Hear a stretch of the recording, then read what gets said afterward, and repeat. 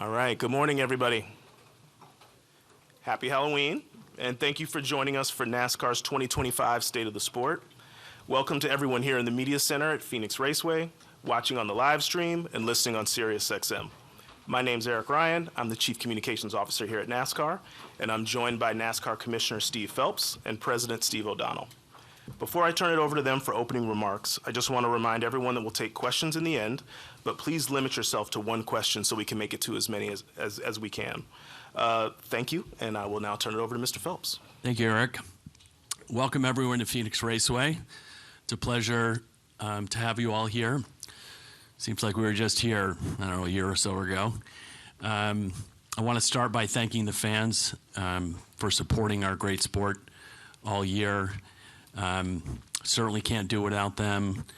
There are a lot of stakeholders in this sport. I want to thank them, whether it is our race tracks, our race teams, our drivers, our OEM partners, our sponsors, our media partners who do such a great job broadcasting our tremendous sport.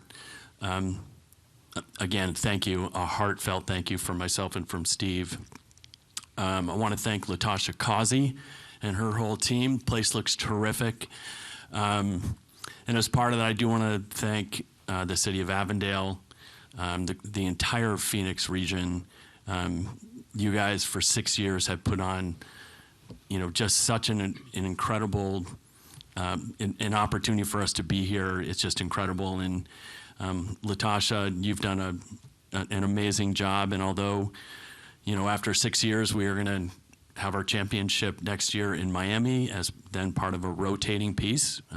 Our expectation is Phoenix would rotate as part of that particular championship. So this won't be it for Latasha and the crew here for a championship for sure. But we'll be off to Miami in that rotation, which is going to be really exciting. I want to also, it's so exciting that we're going to crown champion this evening in the Craftsman Truck Series. I want to wish all the competitors good luck there. Tomorrow, the ARCA Menards West Series, crowning a champion. Our Xfinity Series tomorrow evening and crowning a champion there, and obviously our Cup Series on Sunday. All of them deserving to be here. I know there's lots of questions about future formats and whether that's going to change. We don't have a lot to talk about today on that front. With that said, we're going to concentrate on the championships this weekend, and we're excited about what we're going to put on for the race fans for sure. Just a quick shout out. I know Matt Crafton has announced that his full-time truck series is coming to an end, a 3-time champion. We just want to wish Matt all the best for the future. In his next chapter, I'm sure he is going to be behind a wheel of something in the future, but as a full-time racer, again, we wish Matt all the best. The one thing I want to talk about before I turn it over to Steve is momentum. And I think this sport has a lot of momentum at this particular point, and a lot of different areas. So one, we just heard the Freeway Insurance announcement being our 4th premier partner. A big shout out to Cesar and his entire team. We're thrilled that he's back with Daniel. We're thrilled that they're going to expand their relationship to include a race entitlement, as well as being our 4th premier partner, joining Coke, Busch Light, and Xfinity. But it goes way past that. I mean, if you think about where sponsorship lives today versus where we were 3, 4, 5 years ago, if you ask our race teams, probably the best number of sponsors on cars that they've had in probably 15 years as we head into the 2026 season. The racetracks are doing great from a sponsorship standpoint. I think after a couple of years of, kind of at the league level, at the NASCAR level, I think we're a little bit behind. We're closing that gap quickly with a number of new sponsors that have come on board. There are a number that will may be making announcement in the near future. Nothing announced today, but again, if you think about the importance of sponsorship to NASCAR broadly, the revenue is important, don't get me wrong, but it's what the sponsors do to showcase our sport to their customer base or their B2B base and bringing them to the racetrack and experience the sport. It's important. NASCAR's growth in the 90s and 2000s was largely built on sponsorship. And so for us to have this sponsorship come back to the level it had is very gratifying and heartwarming. We had a question last year in this room about driver star power. One of the ways we thought we'd be addressing driver star power and making greater stars of our drivers is through a program that initially came out of the driver advisory group, or driver advisory council, and that was the driver ambassador program. Steve's here to help me with many things, so I appreciate that. So the driver ambassador program, if you think of the number of appearances that have happened, the sheer number of hours that the drivers have logged promoting this sport, 6,000 hours, up 40% year over year. And that is huge for us, right? They're building our brands. They are the face of NASCAR. And the more opportunities we give to them and the more opportunities they step up and take, the better it is for the growth of the sport. We are only going to be as good as what we can provide to the drivers and the access that we provide the drivers, to get in front of. And so whether that's early morning shows, late night shows, Sesame Street, and I know Bubba did that earlier this year, all of these things are opportunities to meet a fan or a potential fan where they are. And that's what we need to do. And another example of that are some of the things that we've done with platforms like Roblox or Fortnite or Substack. We have to meet folks where they are. The new NASCAR 25, right, on Xbox and PlayStation, it's doing really, really well. And I think the wait was worth it. From what I see from the comments, and obviously the orders, it's doing incredibly well. Again, meeting fans where they are is critical.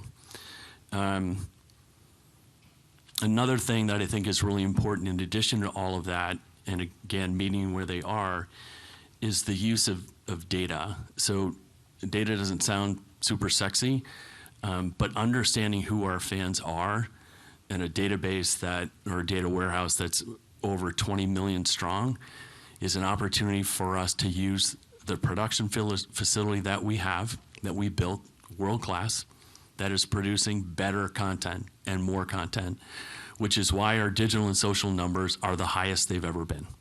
Never been higher. And that's because of great content. And the ability for us to do both short form and long form opportunities, and you think about long form, the Netflix show, or on Amazon, the Earnhardt documentary, or American Thunder, or the series that's coming out in a couple of weeks on YouTube, Rising. These are all opportunities to showcase our drivers, showcase our sport, take the helmets off of our drivers, and have people understand what an amazing sport this is. So very excited about where we are today, even more bullish on the future. And it's not that we don't have some challenges, we do. But what we do better than any other sport, in my opinion, is that we band together and we solve for what the problems are. And that's what we're going to continue to do. So I'm going to turn it over to Steve O'Donnell for some thoughts. All right, thank you, Steve, and also appreciate the opportunity to be here with you all. I know it's a very long season, and you guys put your heart and soul into this sport, and we appreciate the effort that not only that you made coming out to Phoenix, but being with us all year and sharing the great storylines that we've had throughout the season. And also, want to congratulate all the drivers competing for a championship. I think it's important to note that this isn't just our national series. We've got the ARCA Menards West Series here as well. And when you look at the talent that's coming up, not only through our touring series, Ron Drager at ARCA and what Ben and Joey are doing, working on our other touring series, really starting to see a steady pipeline of drivers coming into the sport. You're seeing some drivers dominate in the Craftsman Truck Series and the Xfinity Series and really get their names out there prior to coming and racing on Sundays. And that's the goal for us, is to continue to create future stars in the sport, and I believe that the feeder system is doing that, as are our two other national series. When you look at the playoffs for this year, certainly some very deserving drivers that are here. Steve mentioned that. I'm excited about what's going to happen out on the racetrack. And then when you look at the competition that's happened on track this year, it's been phenomenal, and the reason for that is the great collaboration that we've had. There's some of those folks in this room. Our OEM partners have stepped up. Our race teams have stepped up. The drivers. We've probably had better feedback than we've ever had before with our competition group and all of those stakeholders. And the last one I want to mention is Goodyear. It goes without saying that Goodyear, year in and year out for the last couple of years, had a bit of a tough road with the drivers and the competitors, as everyone said, hey, we want tire wear. We want more tire wear. We introduced a new car, and that was a challenge when you say, hey, here's a new car and here's a tire, and now give us some more wear. But the results have been absolutely fantastic this year in terms of what Goodyear's delivered. And I think the entire industry really owes them a great deal of gratitude for what they've done. We now see more and more, and we're learning more and more what this car and tire can do in combination. And that's a great thing for the sport, because it's putting it more and more back into the driver's hands. When you look at some of our events and where we're going this year, we continue to believe that NASCAR is a place where we're going to surprise some folks, be it going to the Coliseum, Mexico City, Chicago Street Race, but also staying true to our roots, launching the season at Bowman Gray. So having that combination for our fans, not only those who have ridden with us for years and years, but some of the new fans who may be sampling NASCAR for the first time.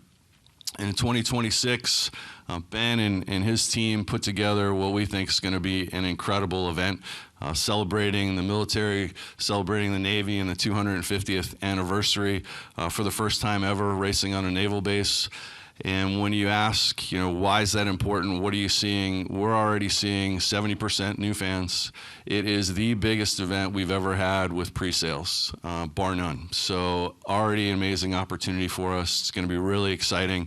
And we're seeing some fans, not only new fans, but some of those lapsed fans, maybe on the West Coast, who haven't been able to get out to Phoenix or haven't gone to a race, are now coming to this race as well. So it's going to be a huge opportunity for us to get in front of folks and showcase what NASCAR is all about.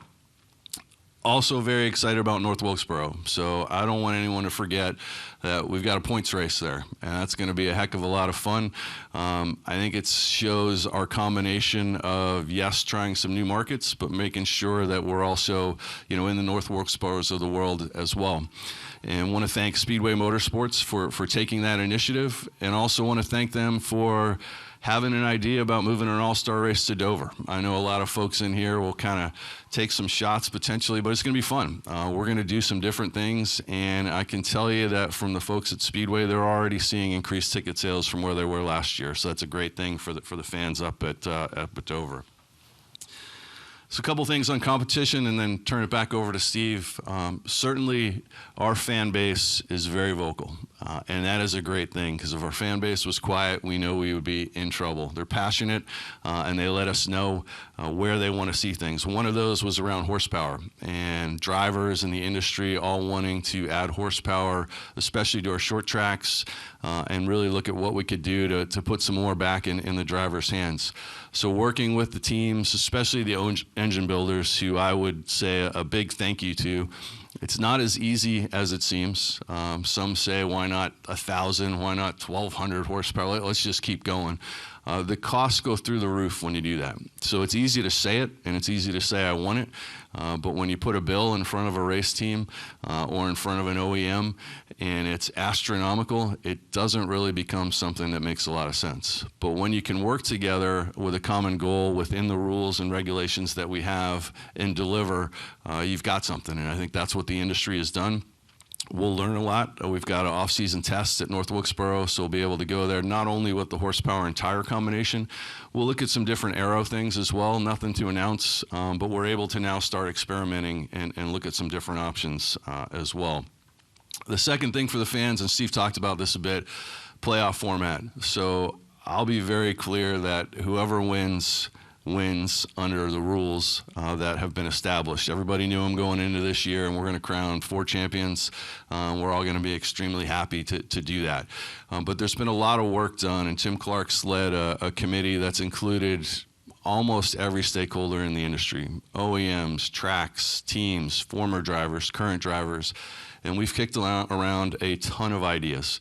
And so while there's nothing to announce today, I think all of us agreed that it would not be fair to come in here before we crown champions and say, hey, we're thinking of this. But I can say that Steve and I have certainly heard the industry, understand the challenges that are out there. So the goal is to balance some of those moments that we've had with the great racing, but also deliver a little bit more of I think, what the fans and the industry is asking for. So more to come. We did rotate the race. Steve mentioned this to Miami. That was probably the biggest ask, was rotate the championship. We can check that box off, but there'll be some other things that we're going to have as well. And the last thing I'd say is just, Steve talked about this up front, just a thank you to the industry for really working together this year, especially as we looked at, week in and week out. I believe this is our 28th race in a row on the Cup side. That's a grind, especially for the race teams. And they've hung with us. They've worked together with us. The drivers have worked with us. And it's really been a great year. And I want to thank the OEMs, the sponsors, as Steve said. I also want to thank our employees. And that means the NASCAR employees not only here in Phoenix and at the track, but all across the U.S. who, despite a lot of noise out there, despite a lot of challenges, put their heads down and delivered on what we think is an incredible race season. So we're excited about the future. 2026 is going to be a lot of fun. We've got some old school things we're gonna bring to the table, which will be fun. But with that, I will turn it back over to Steve.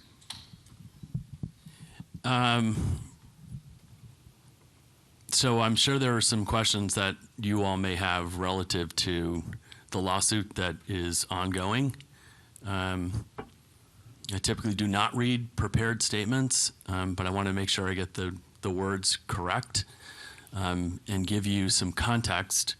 There was some unsealing of documents the other day that had some financials in it. I'll probably provide a little more granularity than I normally do around these topics. We're typically pretty quiet about these things, but I want to give you at least our perspective. There's been a lot in the press and a lot of people talking. We typically do not talk, so I want to read this prepared statement. What I will tell you, as I told you last year with ongoing litigation, we are not going to answer questions. So I'm hoping that what I read to you today will give you some context, a little more perspective from where we're sitting. And again, I would ask you to respect by not asking questions and not using your question on something that we cannot answer or are unwilling to answer at this point. So since I'm going to read, I have to take out my glasses. Oh, please. Terrible getting old. Okay, in each of the past 2 years, I've sat here and told you the same thing. Healthy race teams are critical to our sport. And we've been true to our word. From the outset, we've been clear, this is not an antitrust case. The 2025 Charter Agreement is an improvement on the 2016 framework, with enhancements that reflect real progress for teams and the sport, including over $3 billion in guaranteed payments to the teams. Enterprise value that is roughly $1.5 billion now to the race teams. Guaranteed starting positions each week that allow teams to sell sponsorship on the best billboards in sports, the next-gen car. And charters guaranteed for 14 years until at least 2039, plus an obligation to negotiate in good faith beyond that. The bottom line here is NASCAR is committed to charters. I also want to be clear, the France family started NASCAR in 1948 using their own resources, grit and ingenuity. They have taken countless personal and financial risks, investing billions of dollars and untold hours into growing this sport to create the opportunity for teams to race in front of fans for nearly 8 decades. We are proud of what we've built for fans together with the race teams, especially since the charters were introduced. As you saw in the race team declarations, the charter system is a critical part of the sport and something we created with and for the teams and will continue to defend and preserve it. Make no mistake, the lawsuit puts this at risk. We remain committed to doing what is best for the sport of stock car racing, for the race teams we partner with, the many stakeholders who engage with it, the people throughout the garage that depend on it, and of course the millions of fans that love it like we do, and just want to see more of the best racing in our history. Although we'd prefer this lawsuit was never brought to us, we remain confident in our case before a jury, and if necessary, at the Fourth Circuit. We remain optimistic that we can continue to work towards a resolution to this litigation that allows us to return our focus to racing, which is what we all want. The financials of this sport have been unsealed and made available to the court. It may sound counterintuitive, but that's not something we at NASCAR are hiding from. In fact, I encourage you to really think about what you're seeing and how it comes to life each weekend for fans, partners, and race teams. Our goal has always been to create the best fan and partner experience in sports, and we invest in that every year through our people, our tracks, the racing product, and how we run the business. It's been a guiding principle for almost 80 years and 4 generations of France family stewardship. With that in mind, I'd like to highlight a few fundamental points about this litigation, the business of NASCAR. NASCAR is more than just the Cup Series. Our business includes other national series, and we support both regional and international series. Our sport is built on families, relationships, and trust that we earn every day. We depend on each other as partners, promoters, and fan ambassadors for motorsports, and some of them accepted less to accommodate the new charter agreement. Families like the Smith family, who run Speedway Motorsports, the Mattioli family at Pocono, and Roger Penske at Indianapolis Motor Speedway. NASCAR's balance sheet has more than $1.2 billion in invested capital, meaning the vast majority of what we make is invested back into the sport, our race teams, and our people. It's the core principle of how we operate and a recognition of our importance in motorsports broadly. Between track operations, new races, safety administration of the sport, charter payments, and taxes across our multi-state operations, our role as the sanctioning body requires tremendous and often unpredictable expenses. Ensuring we have adequate funds to cover unforeseen circumstances or opportunistic expansion is critical and responsible business. We have significant debt payments from the IC merger that transformed our business and our schedule, as well as other business critical liabilities that ensure we can operate the sport year to year. We aren't like other sports in this regard. We have unique commitments. Teams receive about $1.1 billion per year from their sponsors and from NASCAR combined. In the charter negotiation, we'd hope to better align our collective futures around a model that facilitates mutual growth through 3 main ideas: increased revenues for the teams, which has happened, agreed upon cost structure, cost of materials for building their cars is down about 40%, and we work with teams on a cost structure, but haven't yet come up with a formula that we agree upon. And then the driver ambassador program, incenting driver participation to join us in growing the sport. We believe our charters are fair and equitable. We did our best to support the race teams without destabilizing our sport and compromising our ability to deliver for fans well into the future. NASCAR is fully aligned with our race team partners who've submitted declarations hoping to end this litigation. We are trying our hardest. I'm trying my hardest, both a fan as well as the commissioner of this sport that I've loved since I was 5 years old. While two of the teams of 15 teams may not share that view and seem set on an unfortunate court battle, I hope that we can all agree that our racing is as good as it has ever been, and we care a great deal about how we serve our fans, especially as we look forward to capping off our season by celebrating new champions across all of our national series. We have the most diverse and challenging schedule in motorsports. I expect great racing, and both Steve and I look forward to presenting trophies to very deserving champions this weekend. And with that, we are happy to take questions.